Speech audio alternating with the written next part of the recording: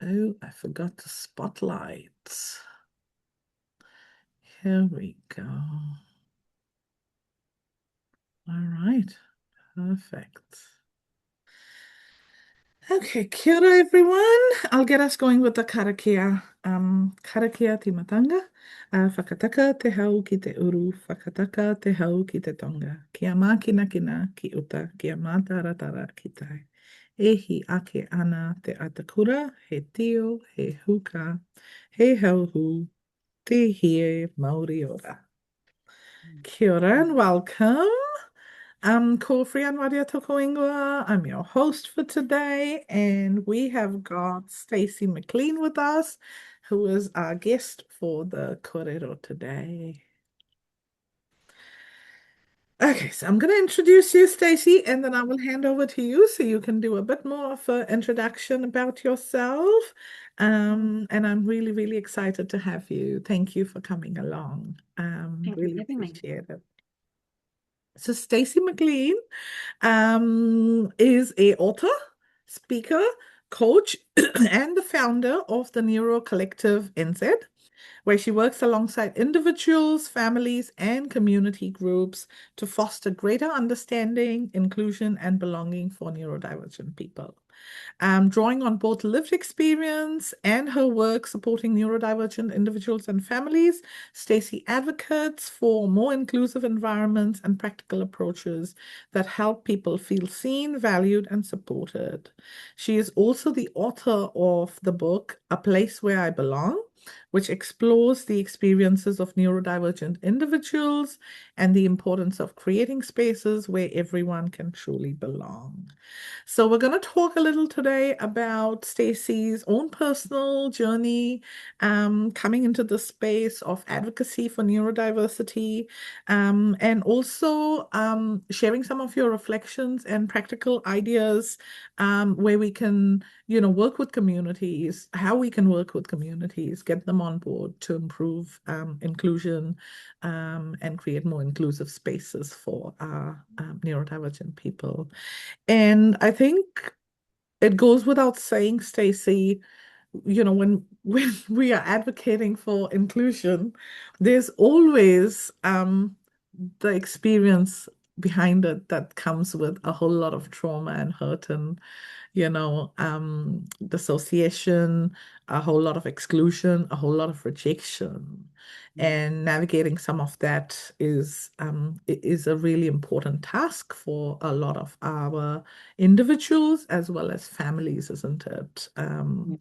So yes, so on to you, Staci. Tell us a little bit about yourself, introduce yourself however you wish, and tell us how and where did this, journey of becoming an advocate, begin? Sure. So thank you. Thanks for having me. I'm really pleased to be here.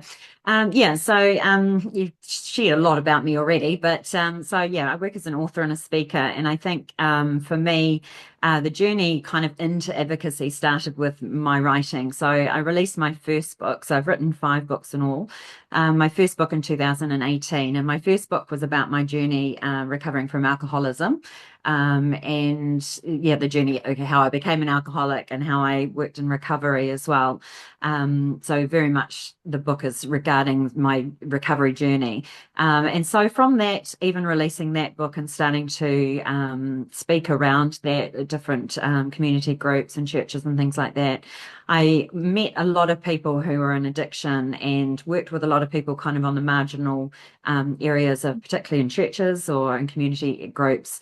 And so I almost started advocacy in that sense then, trying to kind of explain the experience of people working with addictions and the giving a bit of, by sharing my own story, it gave a little bit more of a picture to addiction, which may be different than people who have no experience of addiction, different kind of context of what addiction can look like in all sorts of different communities.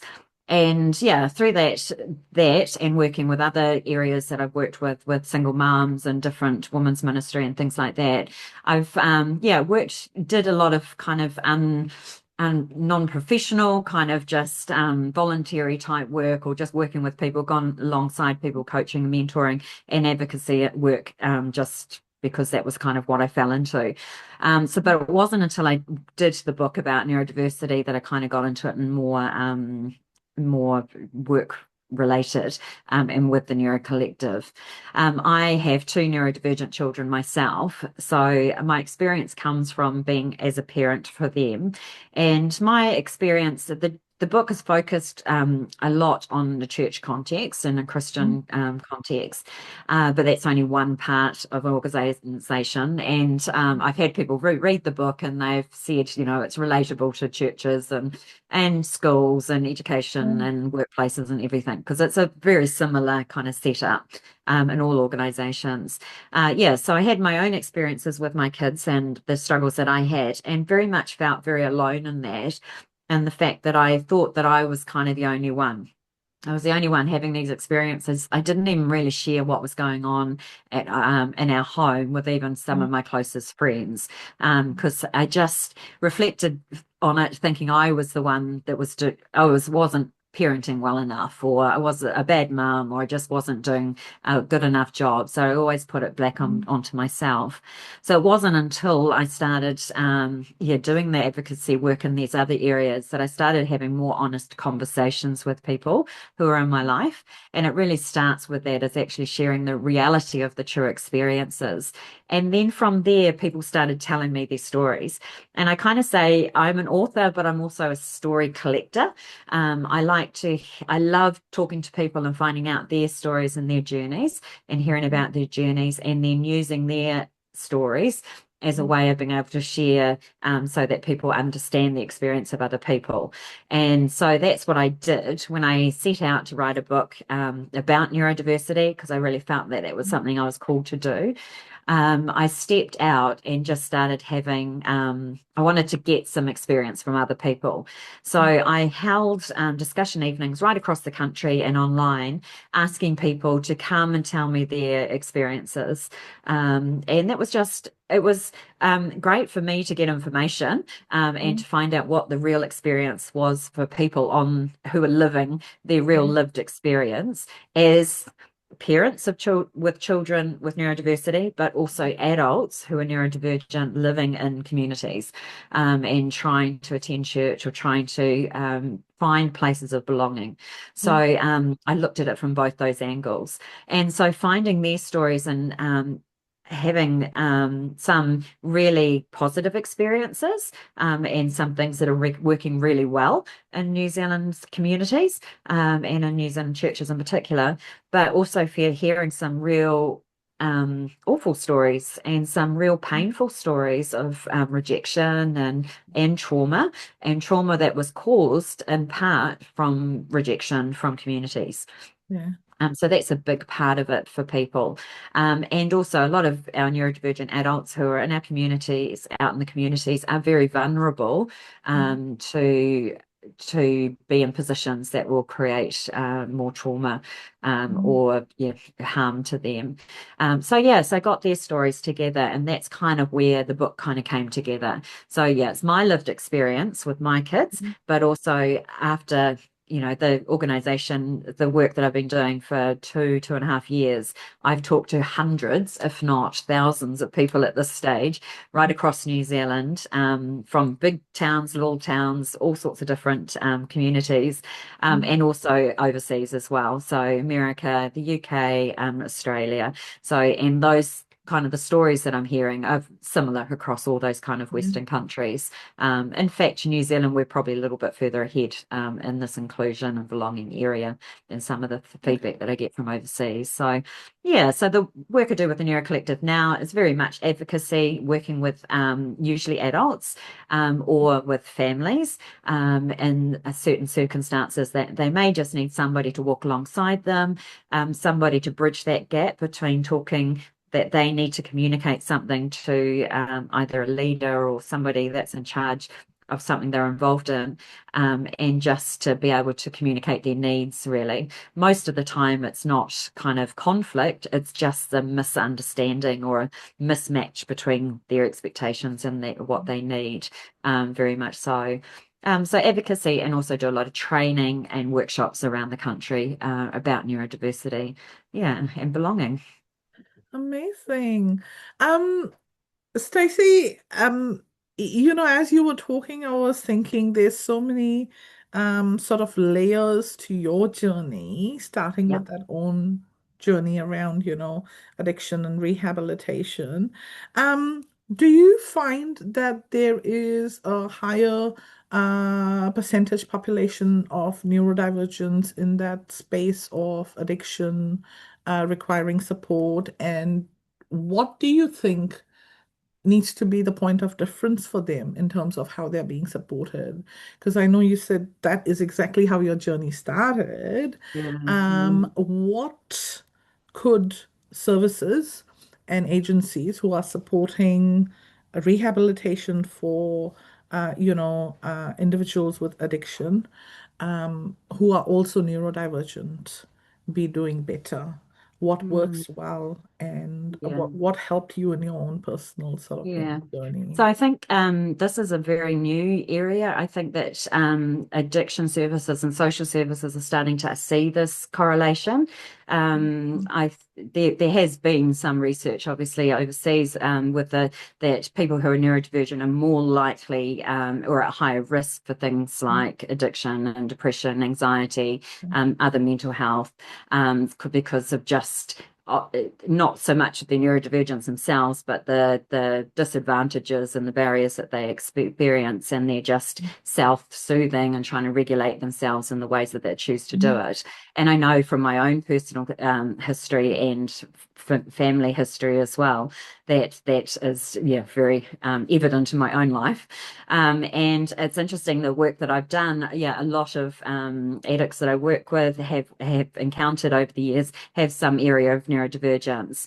I recently spoke at a recovery church down in Wellington. I did a workshop on neurodivergence and to a group of addicts in recovery, and many of them came up to me afterwards and said, "Oh my goodness, now it makes much more sense for the Yeah. things that they had."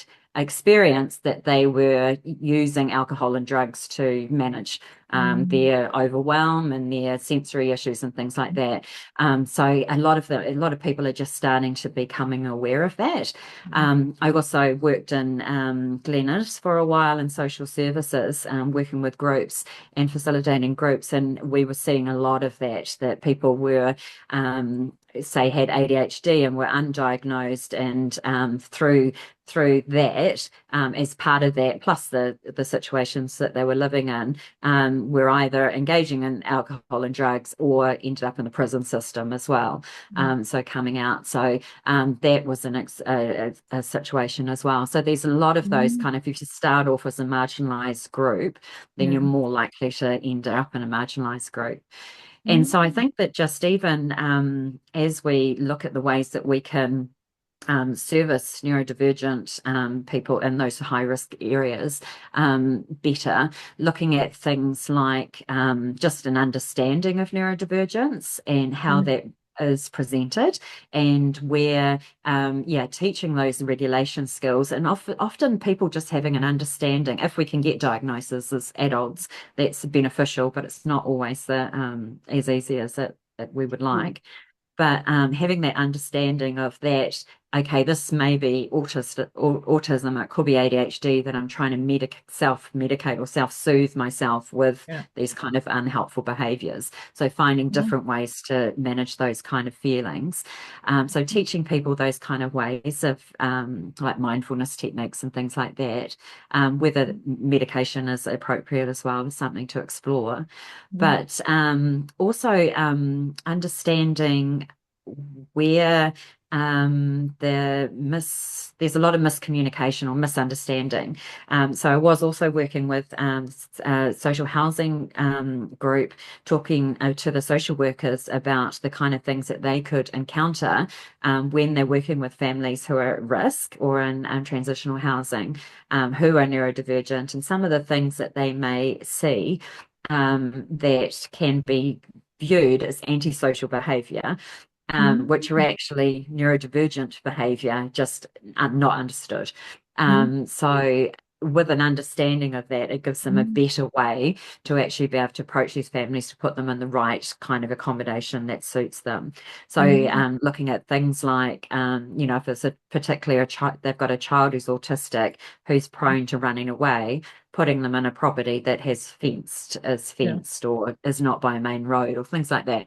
So Mm, there's with a deeper understanding for people who are working with these in these kind of areas of social mm, services. I think it can be really helpful. Yeah, and as well as having the individual having an understanding of what might be going on for them. yeah. Yeah, Um, I think as you were talking, I was thinking actually the reason for self-medication or the self-soothing coping through addiction, I guess often comes because of the sense of being judged and yeah, rejected and excluded, isn't and it? just not And fitting so, in. Yeah, yeah.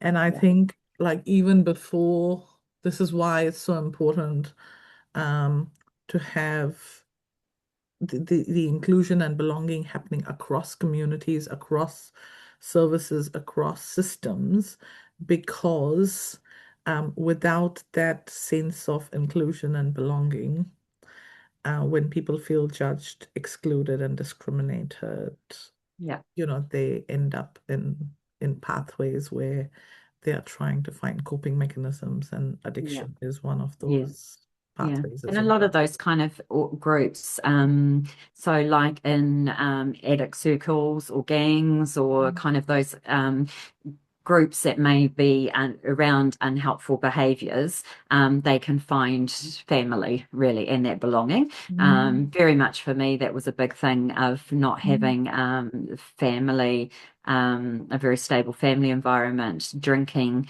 gave me a family because I was with a whole lot of other people who were addicts. mm, And we kind of, mm, yeah, we were our own family together. And so the requirement for being part of that kind of collection, belonging to that kind of family was an addiction and that behavior. So mm, giving up drinking meant I had to walk away from that belonging family that I mm, had. So it's not mm, even just about giving up the addiction or giving up the drinking. For me, it was drinking.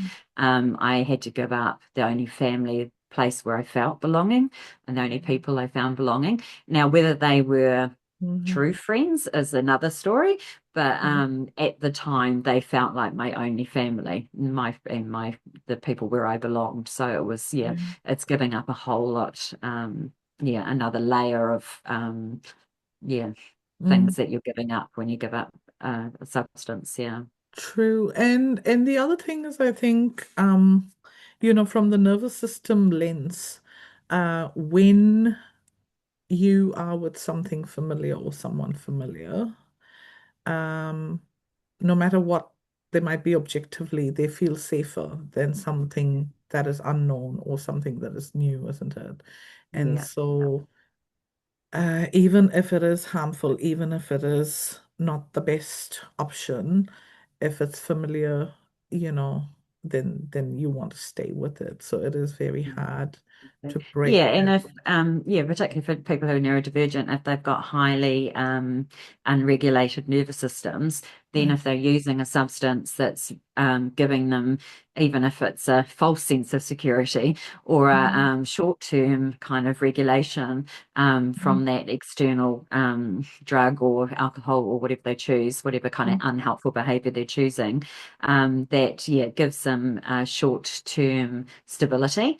Yeah. So yeah, so that's why it's yeah so important that yeah, ideally neurodivergent people are taught before Mm, they get involved in any of those unhelpful behaviors. But even if they're involved in that, the first thing is teaching them how to regulate their nervous system so that okay. they can actually cope with coming off of something as well. Yeah. Because Yeah. it's gonna yeah, it's highly yeah, it's tough enough without that. Yeah. Um, so Stacey, what you've come such a such a long way from where you were to where you are now, from addiction and all of those challenges to actually becoming an advocate, supporting others, all of this. For you, what is it that has given you that success? What allowed you to shift from that space? What are some of those practical, shifts that you made in your life that allowed you to make the shift and then remain regulated and remain, in a healthier space? Because the way you would, sort of sharing and everything, I was thinking the biggest thing that needs to change is creating safer spaces and ways of belonging for our neurodivergent people, right?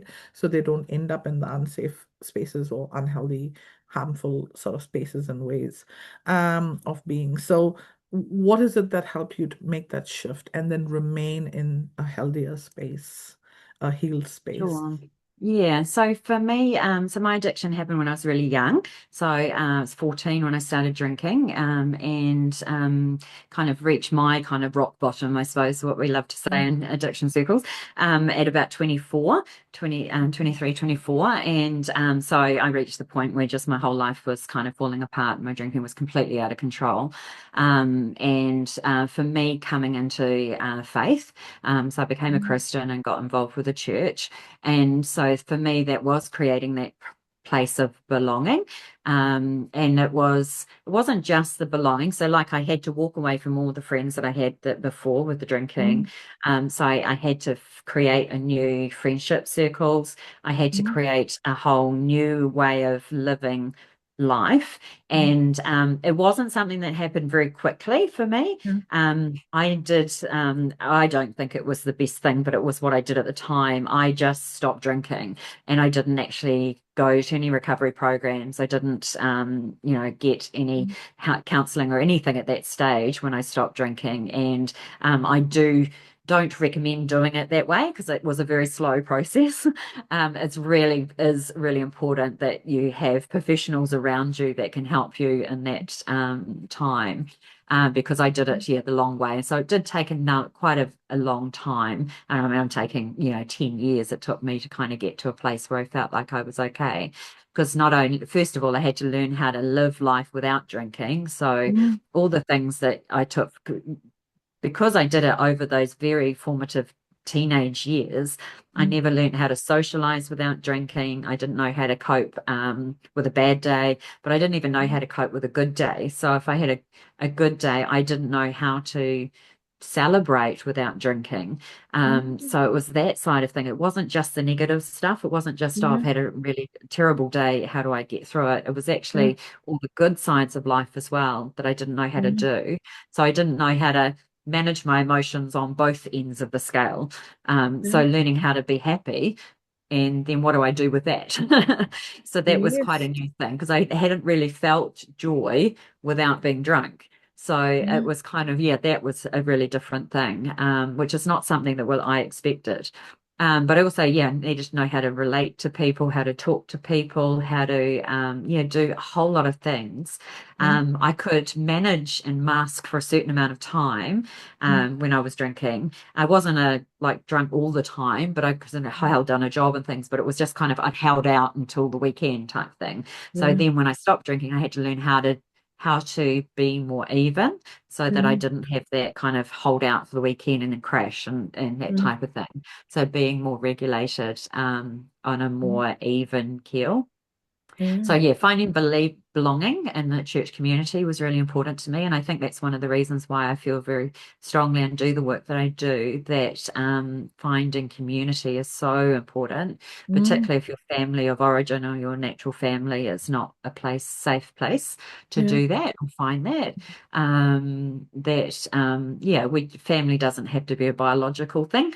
You can Yes. create family wherever. It's about Yeah. creating community and finding people who um, relate to and feel comfortable with. Yeah. But that took a long time. It took me a long time to feel safe to be able to open up enough to build those relationships beyond the surface level. Mm. And yeah, get past that. And in some ways, my kids, being neurodivergent, have taught me that to actually be more myself because I encourage them to do that, right? So I Yes. want them to be 100% themselves. So by Yeah. doing that and trying to encourage them and creating a world where they can be 100% themselves, Yeah. they've given me the courage to be more myself now than I ever have been in the past. So Yeah. yeah. But yeah, community is really, really important. People Yeah. need to feel like they are accepted Yeah. and just as they are wherever they are at the time. Yeah. It doesn't True. mean we don't change and we don't doesn't mean we don't grow, Mm. and that everything we do is okay. It just means that we accept people and have grace for people where they are at this Mm. time. Yeah, Mm. and care about people and have compassion and kindness. Yeah. Yeah.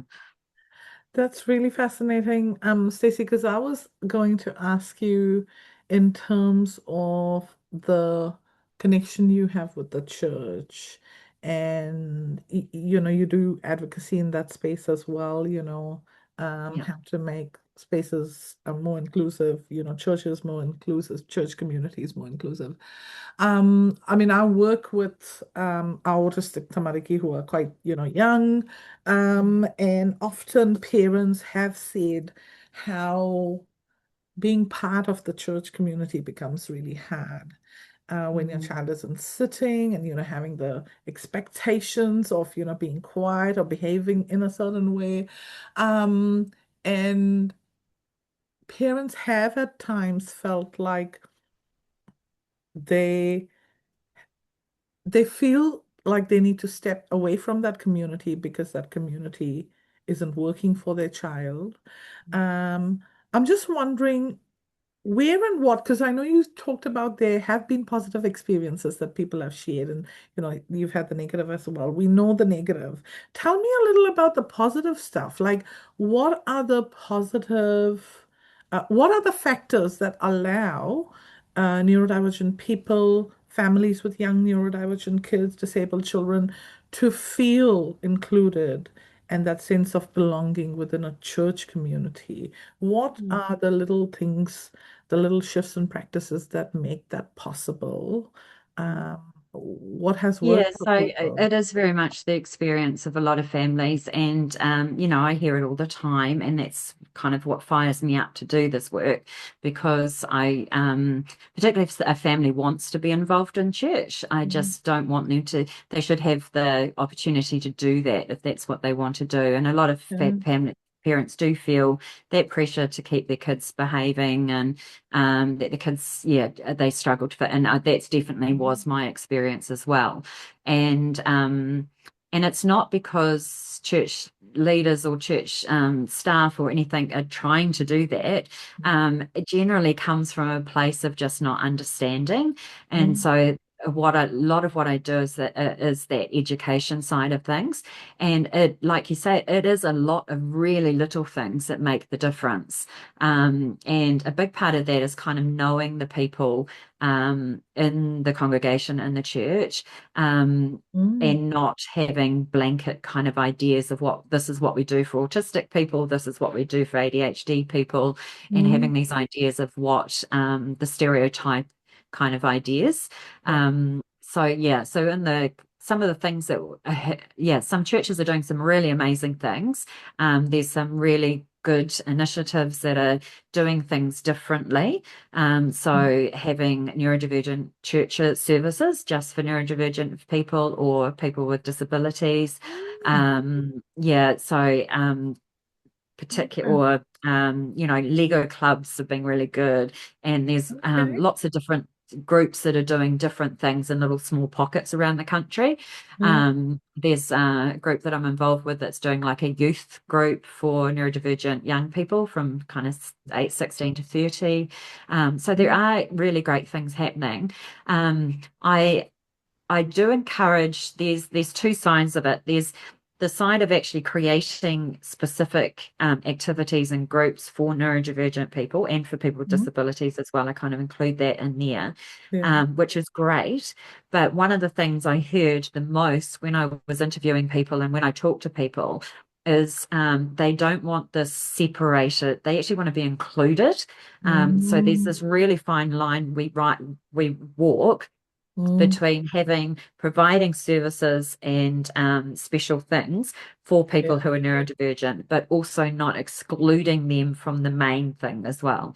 So yeah, whether it's, yeah, we have, it's great to have neurodivergent services and things that they can be involved in, but we also want to make sure that they actually feel like they're included in the main yeah. uh, service as well. So a lot of the things that churches can do can unintentionally give that impression. So things like having a sensory room, we think, oh, that's a good thing, but it's actually having almost a opposite effect because it's separating people and putting them in a sensory room Mm, away.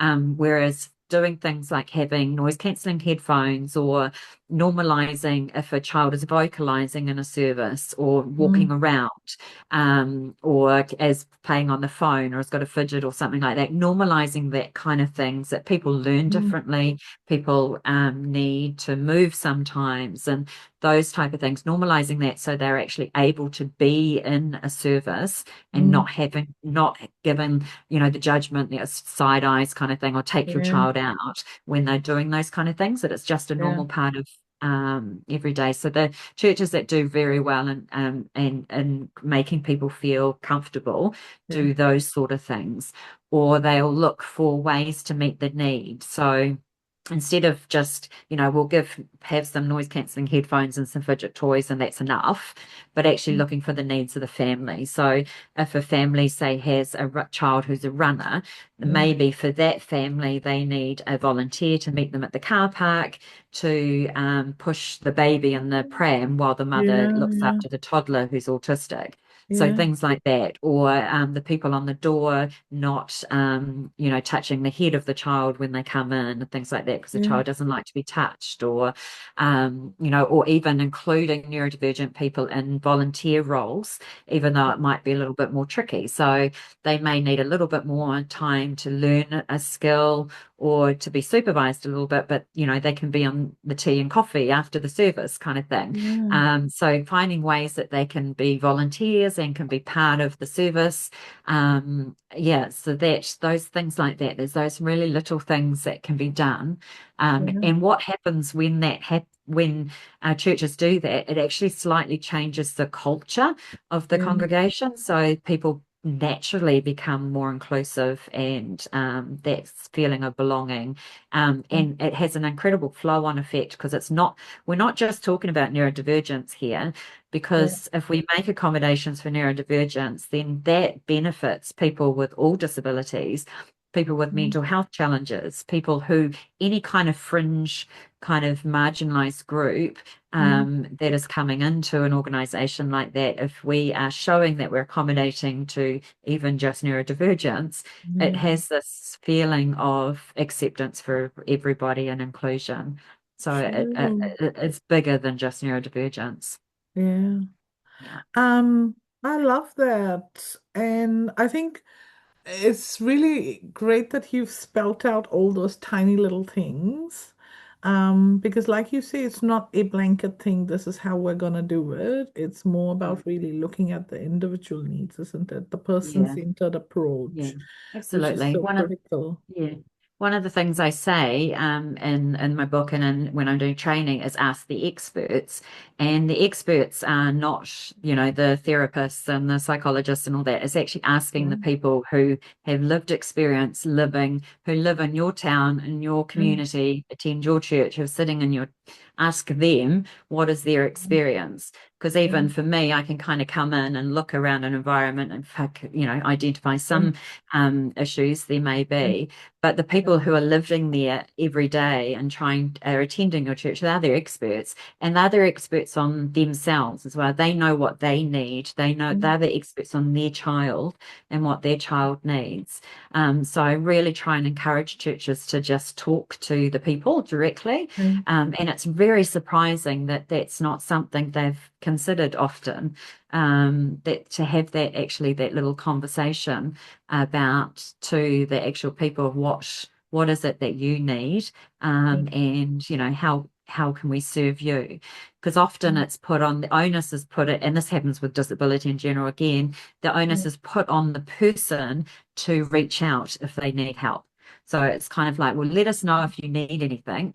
And this happens with all sorts of mental health as well. It's kind of like, okay, well, let us know if you need assistance, but Yeah. it's actually very, very difficult if you're neurodivergent or you've got a neurodivergent child and all week you're battling the health system, the education system and wins Mhm.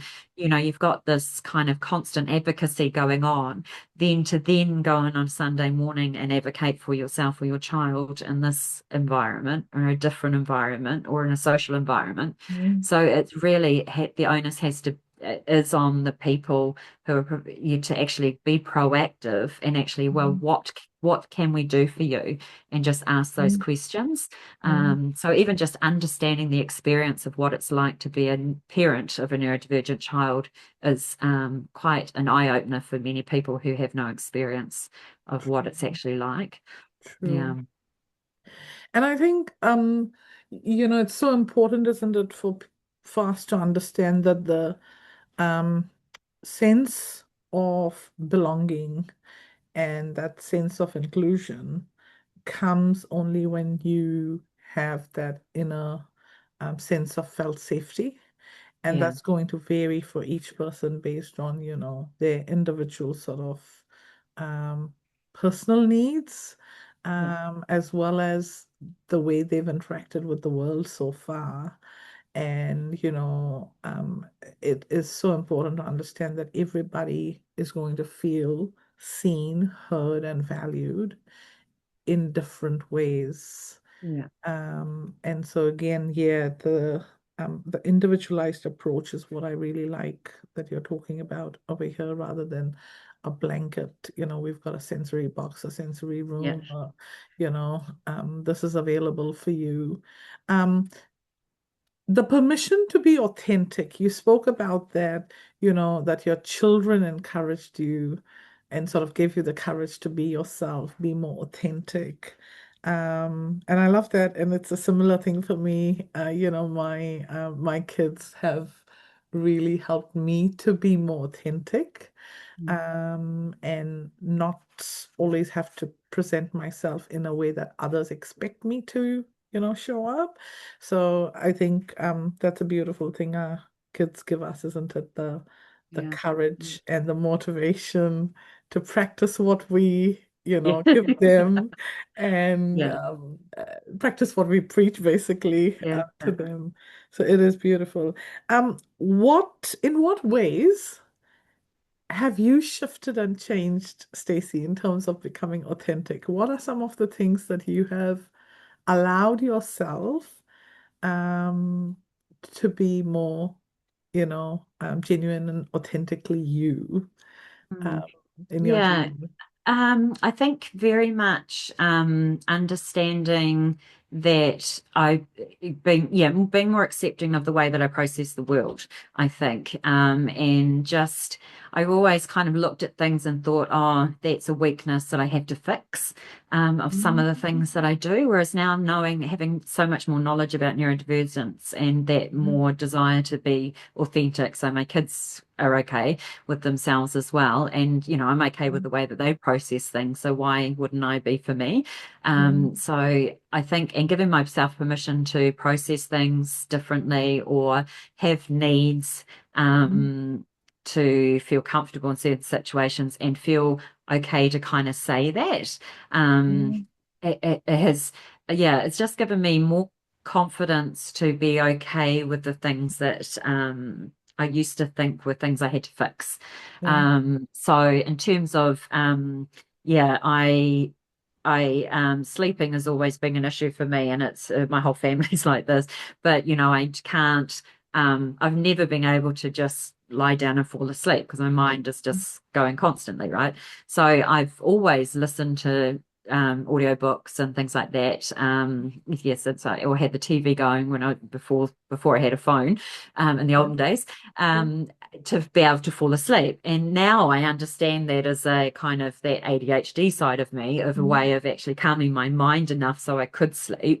But Yeah. for so long, I saw that as such a negative thing. And, all the mainstream things to talk about, having a quiet environment, not having screens and Mm. all these things to fall asleep.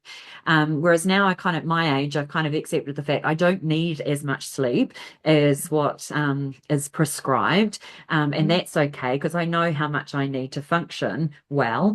Mm. Mm. And I also know that that is actually a way of taking my mind offline. Mm. And quietness is actually the opposite. If I have quietness, my mind ramps up and I Yeah. can't sleep. So that's a way that I've been more authentic. I think I've just kind of accepted the fact that that's kind of okay. Yeah. Obviously in some situations it's not helpful, but I just Yeah. find ways around that. And now that I've done that, I actually feel so much better, and it's worked out better for me, well-being wise, because I Yeah. haven't kind of felt guilty about it all the time, because I'm kind of Yeah. like, well, I'm actually getting the sleep that I need, and feeling good about it. So things like that have been quite helpful. I kind of sit on the fence for ADHD and autism as well. So on the other side of things, it's kind of like some of the social things that I struggle with, and understanding I've learned skills to overcome that. And that I've realized that that's not so much being unauthentic Mm. against that side of me. It's just given me coping to be able to cope and Yeah. manage in the world that we live in, and being okay with that as well. Yeah. Yeah, but still, if I find I'm in social situations a lot, so I'm often at conferences and around hundreds of people. So knowing that that's okay, I can do that for a period, but then I need to have quiet Yeah. downtime, and being able to give that to myself as Yeah. well. So just balance, understanding my needs a bit more. Mm. Yeah. And Yeah. things like fidget toys, I for the all my life I've always played with pens in meetings and Okay. stuff like that, and being told off constantly about playing with pens and making Oh click click noises gosh. and stuff. No idea I did it. But Yeah. people would always complain to me about it. And then now we have these wonderful things like fidget rings Yeah. that I have in meetings, and I fidget with them constantly, and no one's Yeah. bats an eyelids anymore. Yeah. So it's just kind of accepting the fact that I used to spend so much time sitting on my hands trying very hard to stay still and concentrate in meetings, and realize Gosh. I couldn't do that. Yeah. So there's a much more freedom in that now. And that's the great Mm. thing about, we have so much more understanding about it, that people need different things. And Mm. when we go to meetings now, these fidget toys are often on tables, and Mm. it's very normalized. And then it's okay to stand at the back of the room and things like that. So Mm. a lot more places are accommodating to those Yeah. type of things. Yeah. Yeah. And I think this is the thing, isn't it? Like you might do something to be authentic or to meet your needs, Mm. but unless you genuinely, authentically feel comfortable within yourself, I don't think it gives you the full benefit of it, does it? Because Yeah. on one hand, you're doing something because you need it, you feel it, and on the other hand, you're concerned, stressed, or worried because you're being judged or you're unsure about whether this is acceptable or not. And I think Yeah. this is why um, the the option or the encouragement to be authentically you, to do what you need to, fully participate, Mm. needs to be made and, sort of heard um, and informed to everybody so that they can then go ahead and be themselves without any concerns about being judged. Yeah. Yeah, Uh, and there's so many little yeah. judgments that we make.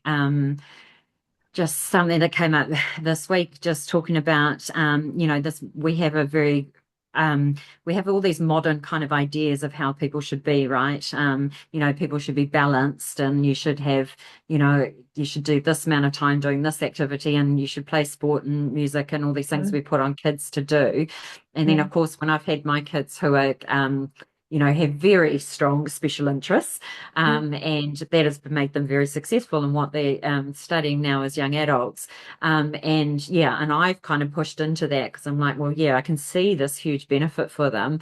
Yeah, Mm, we often think about kids and making sure that they have this balanced education and mm, things like that. Whereas it hasn't been like that in the past. And long yeah. back, we had scientists, people who were Yeah. into their things, and it's only now that we push this pressure on everybody to behave a certain way, Mm, and that see that as a bad thing. And it's like, well, why, we so some of the things I'm yeah. much more questioning nowadays, because obviously my kids question it as well. And they'll say, well, why do we do that? And I'm like, I Mm, don't if the answer is I don't know why we do it, it's just the way we do things. It's like, well, actually let's question that a bit more. Do we need to do it that way? yeah. Because it's just because, yeah, if the answer is we just because, then it needs a deeper kind of question, I think. Yeah. Yeah. Stacey, I know because you're working a lot in that sort of, space of religion. Mhm. Um, Talk to me a little bit about religious trauma. And this is just, overall, not just specific to our neurodivergent children, but why does religious trauma exist? You know, what's happening for individuals? Because church is meant to be, or any religion is meant to be a space of Mm, belonging, a space where you feel supported. Why then do some people experience trauma and feel like, they don't actually yeah. belong? Yeah. What is happening there to Yeah. cause So I that? can only really speak from my experience and Yeah. what I know with the people that I work with. Yeah. So often some of the things that people are telling me from a neurodivergent, and this is kind of young adult space, kind of Okay. kind of 20s, 30s, kind of that age group is often where people will report that to me. So often it's this mixed mismatch between what they feel, who they are, and who they feel that the church wants them to be. Yeah. And that comes from different things. So sometimes it can be real pressure, that the pressure to behave in a certain way, and sometimes Mm, it is their interpretation of it as well. okay. So there's that kind of trauma that happens when somebody feels like they have to behave a certain way, or there's Mm, rules that they have to follow. So that's that side, and they never feel like they measure up. mm, And yeah, feel judged and rejected because of that. mm, There is some other kind of trauma that happens in some particular kind of expressions of religion around some, being prayed for excessively, or mm, being told that their condition, say autism or something like that, is mm, evil, or yeah. that kind of side of things. So that can be Mm, quite traumatic for people as well. yeah. Yeah, so that, I mean, those circumstances and exorcism and things like that extreme side of things is not Yeah. that common. Yeah. But a lot of that is that rejection side of it, and feeling Mm, like they don't fit in, or they are rejected. I do work with and talk to a number of adults that feel it like they move from church to church to church because they get too they're quite intense, and they can get too intense mm, in a fellowship, and then they move on to the next one and next one, so they mm, never feel like they're always kind of on the edge of rejection. yeah. So that can be quite upsetting for Yeah. them as well. Yeah. Okay. Yeah. And also sometimes it just that misunderstanding of what that's actually being taught. Yeah. That particularly with some people that I've talked to who are autistic, that black and white type thinking. If Okay. there's so much kind of nuance and grey areas and things like that sometimes, or Mm, different ways of interpreting things. And if they're given an interpretation of something that they may cling on to and only believe that that's the only way, and then if yeah, it's against who they feel they are, or it can be real challenging. So yeah, true. yeah, yeah, That is actually that makes a lot of sense in terms of that rigidity of thought and perspective, yeah, and not always having the flexibility to interpret yeah. religious, scriptures or conversations in multiple ways. Yeah, yeah. That And is it really depends on what they've got interesting. around Yeah. them. So if they've got family Mm. around them or they're doing other things besides Sunday service, Yeah. yeah, that they have a better kind of outcomes. Then yeah, they're just that if they're yeah, because sometimes what you may hear is not what's being said, you know. Yes. So Yes. that can be interpreted differently, or churches are made up of people, and Yes. people can say the wrong things. Yes. Sometimes people are angry and frustrated, and they take it out on each other, or they Mm. offend each other, and that's just the nature of Mm. any organization that's made up of humans. Mm. So sometimes that can happen as well, that people get True. hurt each other, or that people little they feel judged because there is somebody who's judging them, and Mm. it's been a situation that hasn't been resolved. So sometimes it's not a church as an organizational thing, but just a interpersonal thing as Mm. well. So this can be that kind of harm that can happen, and True. that's not only neurodivergent people. I mean, that can happen with Yes. neurotypicals Yes. as well. Yeah, True. everybody. And I think the other thing is, I guess, when people are already carrying trauma and coming from a space of trauma, then Mhm. it is very often that they are more sensitive to Yeah. the experiences they have, but also um they are more likely to feel judged, feel like they're not enough. And so yes, Yeah, yeah. there Yeah, is because that risk. with ADHD, they often talk about rejection sensitivity, Yes. and because particularly with ADHD, people I can't remember the actual figure, but it's a significant amount of extra time people are kind of told that they're wrong or they need to change or get these negative Yes. messages Yes. over somebody who's neurotypical, so that in the future, when even if it's brought up in a loving, kind way, Mm, they can take it really hard, take it true. really personally, and feel really hurt about it.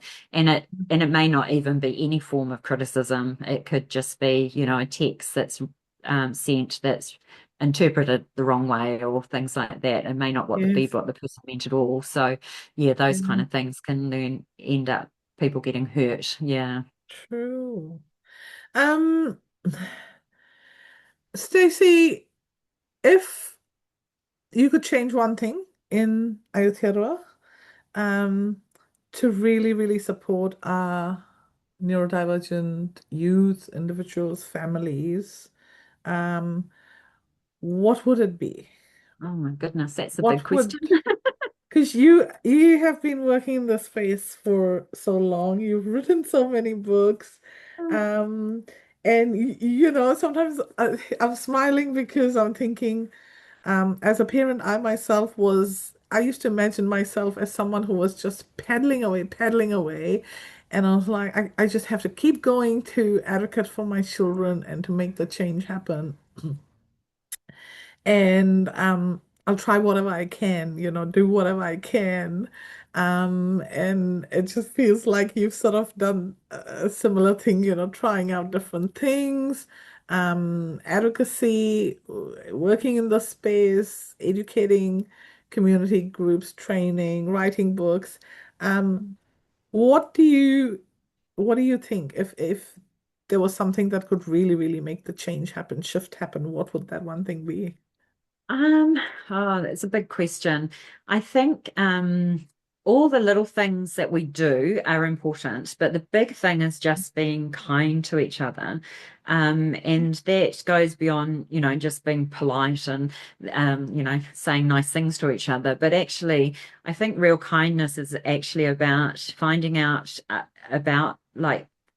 out what other people's experiences and Mm, actually caring enough to find out what, people's lives are like and what they're going through. And I think yeah. it's often, yeah, often, I know for myself, I didn't have even an understanding what neurodivergence was. And I had a whole lot of judgment, especially before I had children, about what parenting should look like, let alone with Mhm. neurodivergent kids. And I had a whole lot of judgment because I didn't have that personal experience. But I Mm, think if we actually take the time to learn from people's personal experience when it's not something we have personal experience of, that we can learn from each other and really take the time to find out what other people's experience with and understand that their lives are very, very different. I think we kind of think we're all Kiwis and we all have the same opportunities or the same way of getting through the world.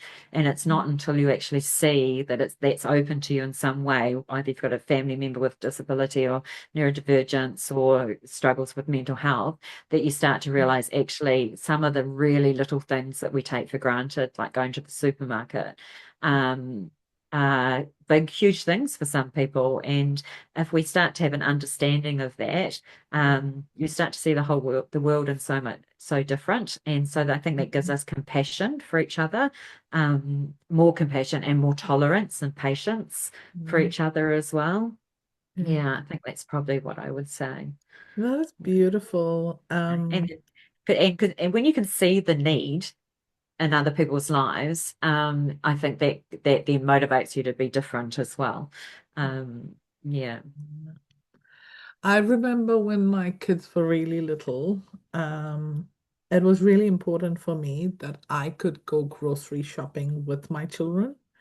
And I, it sounds really ridiculous now when I think about it, but all I wanted to do was be able to successfully go grocery shopping with my little children, because that is what typical moms do. And yeah, I wasn't able to do that. yeah, And I wanted to do that. And I remember I would take our support person, Kira, with us to do something like that. And, yeah, that was really, really important to me. Um, just as a parent, as a mom, to be able to do something as simple as that. And that's yeah, exactly what it is, isn't it? Like we don't see so many little things that we take for granted, yeah, that a lot of our families can't sort of do or participate and yeah, be yeah. part of. Yeah. Yeah. Yeah. And when you're not able to do those little things that other people just take for granted to do, um, then that is very isolating because Mm, it's very difficult if you don't have if two people don't have understanding of each other's lives. It's very hard to find that connection together. So it true. creates True. barriers. Yeah. Yeah. So yeah, it And it is a basically big means task. that you feel that you're not seen, Yeah. and you feel you're not heard. Um, and that's why you feel you're not valued, Yeah. when you don't have those opportunities to yeah, connect with others and be with others and share sort of your perspective. This has been really, really lovely, Stacey, having this kōrero with you and delving a bit more into the space. And I hope that some of our families listening, when they listen to the recordings, have some nice little ideas and tips in terms of making spaces, churches more inclusive and yeah, doable for them so that they can continue to be part of the communities Yeah.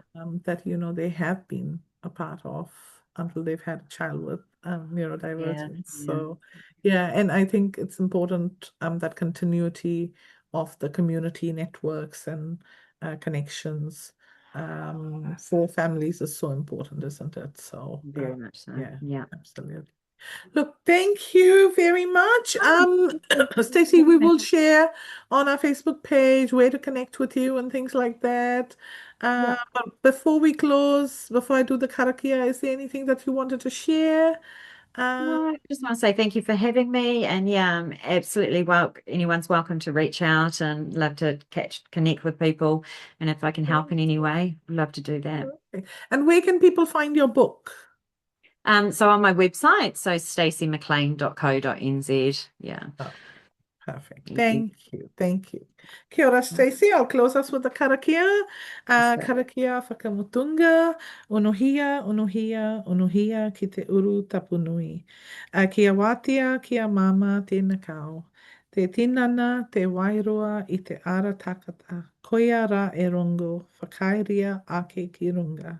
Kia tina, tina, hui e taikie. Pomari, everyone. Thank you. Thank you. Thank you so much.